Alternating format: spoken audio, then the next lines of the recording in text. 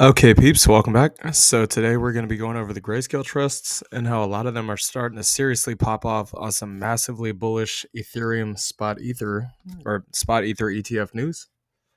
So with that being said, let's get it. All right, so before we get into all that, I'll show you guys the portfolio here. So as you guys can see, still have cash on hand. That will be moved though. We're going to move that into Robinhood and start getting some more passive income because if I'm being honest with y'all, really, I want to get the hell out of my job. Can't stand being there or around lots of people I'm with. I'm just going to be real about it.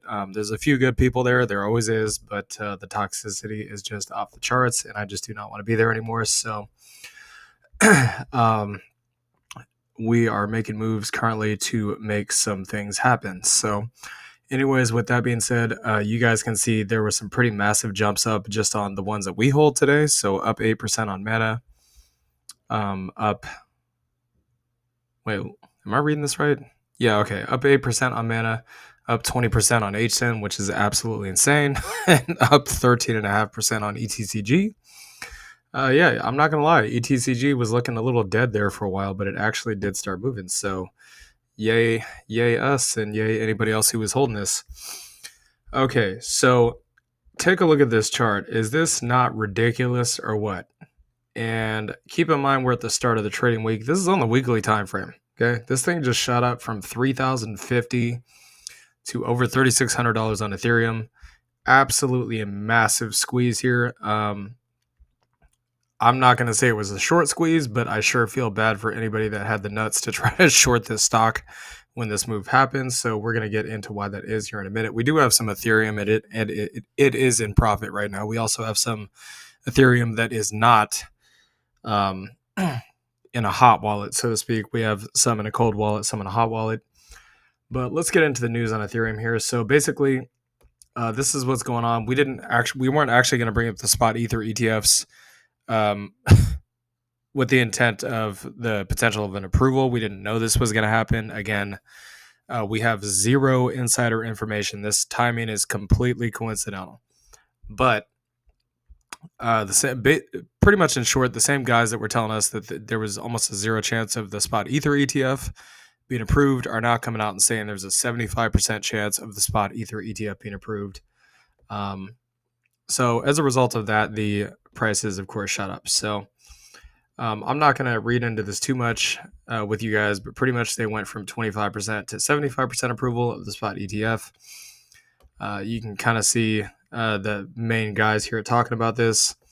I don't really know a whole lot about these guys, so I can't speak to anything here, but I will say that this is twofold, okay? So there's a couple of big things going on here. Number one, likely anybody that was buying Ethereum while they were saying it was down at 25%, there's a chance they could have been trying to FUD the price, basically say, hey guys, there's no chance of the spot ether ETF getting approved. So, don't worry about it, that kind of thing. And then, of course, as the price is getting suppressed, they're filling their bags. And then as soon as their bags are filled, they come out and say, oh, yeah, guys, it's going to get approved.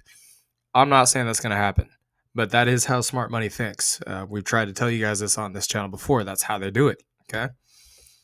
So again, I'm not saying anything here. I don't know. I mean, this could actually be what it looks like. Don't know, where this could have been basically them saying, okay, now that the price is pumped, we want to dump our bags on you.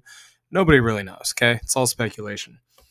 So that's the first thing. Second thing is Donald Trump there's pretty much a 100% probability at this point that he's going to get elected as president. And one of the things he came out and said was that if he gets elected, he's going to fire Gensler. And I agree. He should fire Gary Gensler because, I have nothing to say about the man or the SEC. But, it does appear that the SEC has been witch hunting crypto and crypto-based companies ever since basically Biden came in office. That is the way that presumably it appears to be. So in my opinion, I think it would be good if we had a different SEC chairman and SEC staff that is pro crypto. As you guys know, Trump came out and said he is pro crypto. Okay. So with that being said, here's kind of the deadlines we're looking at for the spot ether ETF. If it does not get approved this week, as you can see some of the deadlines here, I'm nearly 100% certain it's going to get approved for BlackRock. And BlackRock's deadline, yeah, it looks like some of these other deadlines have passed, but their final deadline here is in August. So could it get passed this month? Yeah, it's possible, but at the absolute latest, if it is going to get passed, it's going to get passed most likely because of BlackRock, not because of any of these other trusts. And um, in my opinion, the reason the spot Bitcoin ETFs were approved was because of BlackRock and maybe even Fidelity too. So at the very latest, probably going to see the spot Ether ETF be approved by August, which again leads into a potential big, massive altcoin supercycle. Okay. We talked about this before, but it's likely the price of Ether could pump into August 7th deadline for BlackRock. So that covers that. So I actually want to show you guys real quick before we get into the grayscale content here. Basically pretty much the position that we took here on FFIE. So we have a $2 put FFIE, 9 contracts if I'm not mistaken, $2 strike price. You guys can kind of see all the information here. Again, it shows you down here $2 strike price, and we collected roughly about $1,100 in options premium. So it's about a 60-ish. I don't remember the exact numbers, but I think it's like 65% return on our money. So yeah, we put in 1900, got 1100 back immediately. So if we get the shares, we'll pretty much just hold it till it pumps.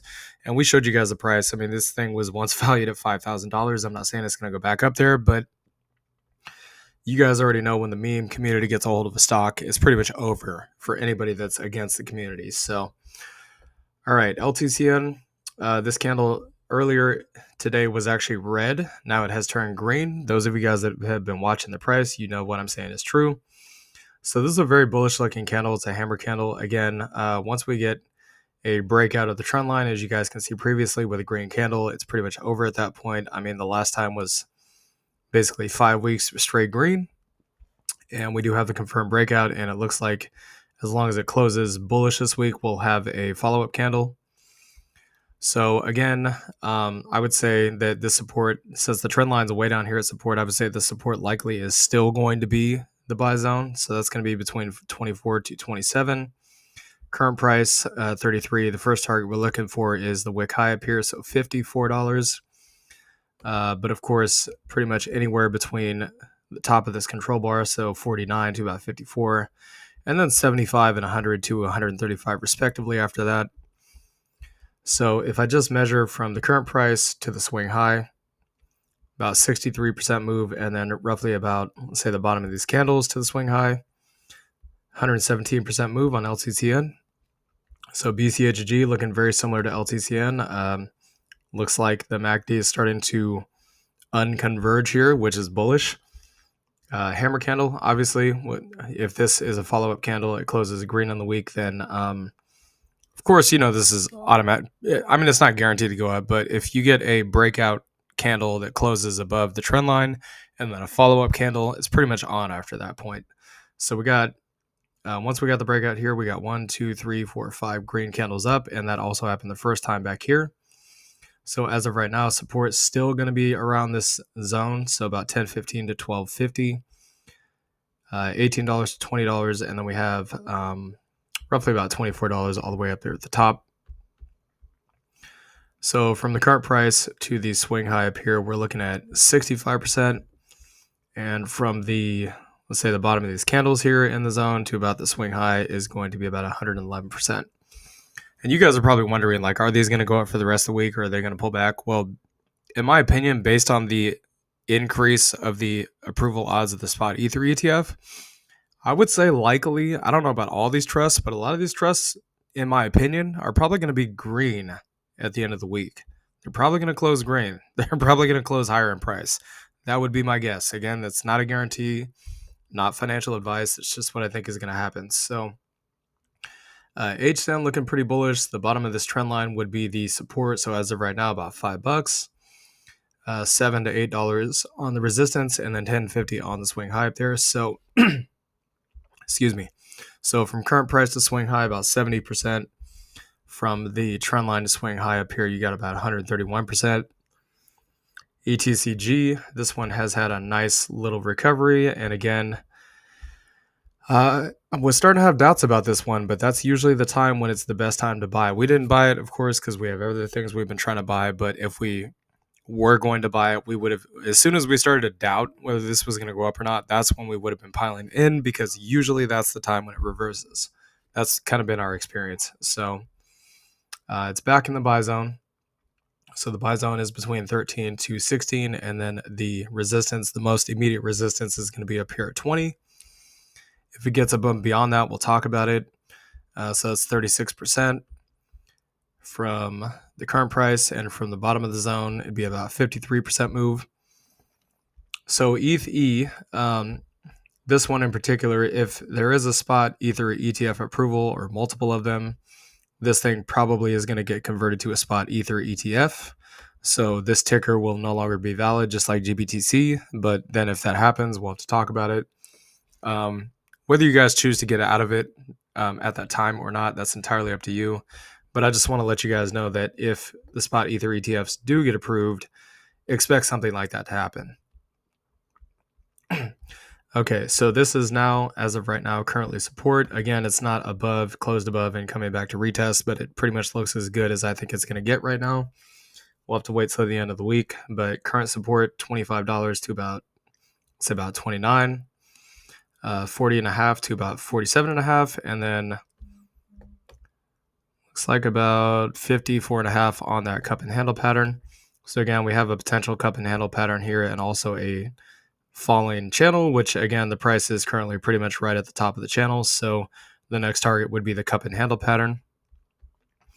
So just from the current price to get to resistance, about 60%, and to the cup and handle target would be about 85%. Now, if I were to measure, let's say from the bottom of the channel, about 91% to 119%. There could be pullbacks. I don't know. I mean, if the SEC comes out and says, yeah, no, we're not going to approve the spot Ether ETFs, that was a lie. You know, these things could dump. We don't know. We don't know what these agencies are going to say. I have no idea. We'll just have to wait and see. So Phil G is still looking good, stuck kind of between the EMAs. There may be a risk of a pullback here. Again, it could pull back to the trend line, which is roughly around this zone, about $40-ish. Swing high appears about $400. So just to get back to the zone, show you guys the risk, about a 60% drop from the current price to the high, about 300%. And let's just say from the trend line, which is pretty much at that support zone, it'd be about 756%. What I would usually do in this situation, if I wanted to get into this at this price, but I thought there was a risk of going lower, I would add into this position. Like, let's say half of what I wanted to put in, I'd put in 50% of the initial investment I planned to put in, and then I would add to it more aggressively as it came down. That's just how I would do it. How you guys want to do it, that's up to you. So GBAT has had a little bit of a pullback.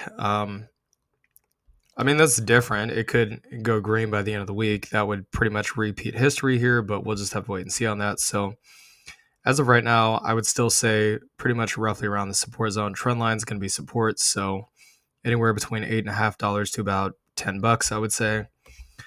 And the swing high up here is going to be about $32.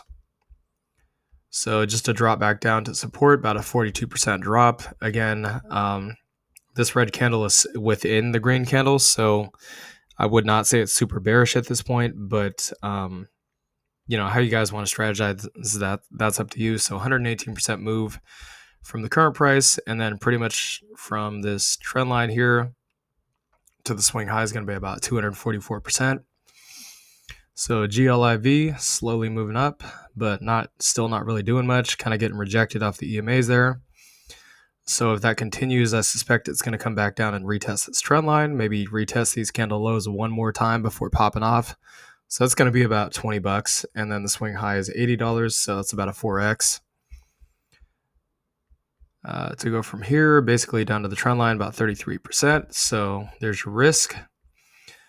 Your reward as of right now would be about 208%. And if I were to measure this, assuming that you wanted to wait to get in on the trend line to the top, increases the return massively, so 350% move.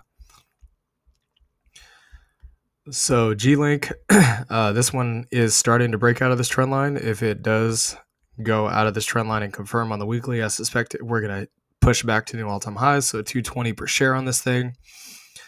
As of right now, I would say, since it hasn't confirmed bullish out of the trend line yet, I would say anywhere between the bottom of the support, so 66 to the trend line, about 110 is going to be the potential buy zone here. So from the current price to the support zone, about 46% drop. From the current price to the swing high, 81%. And from the bottom of the support to the swing high, roughly about 230% move.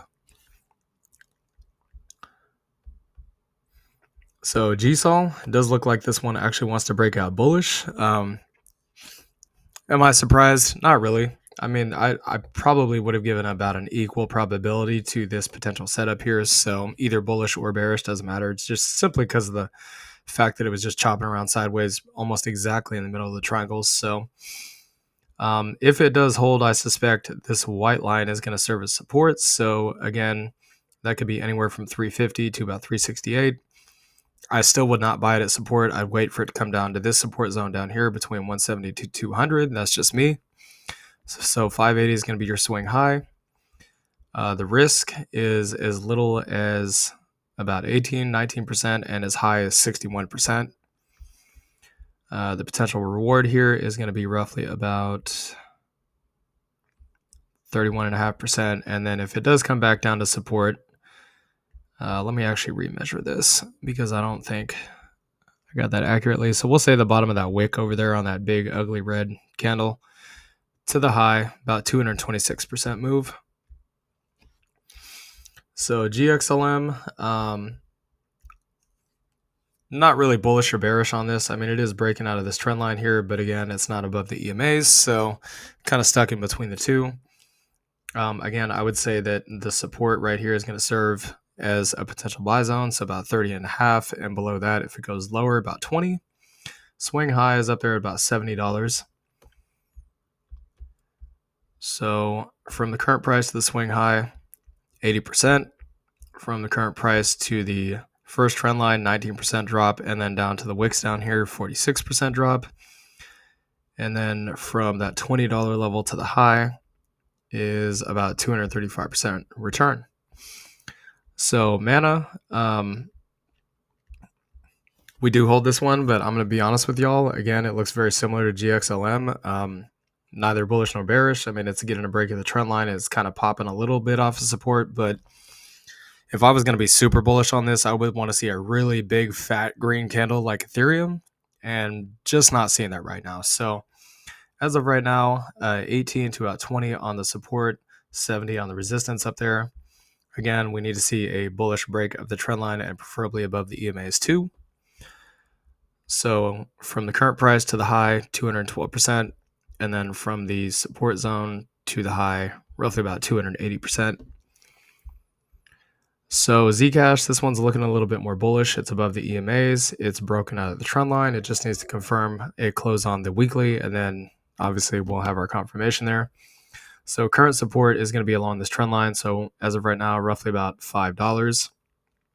Resistance $8 to $9.60, and then $10.25 at the top. So from the current price to the swing high, 65% move. From the trend line to the swing high, going to be about a 97% move on that one. So anyways, this is the spot Ether ETF news, our update on FFIE and also the Grayscale Trusts. Hope you all enjoyed this content. Please like, comment, and subscribe, and we'll see y'all later. Peace.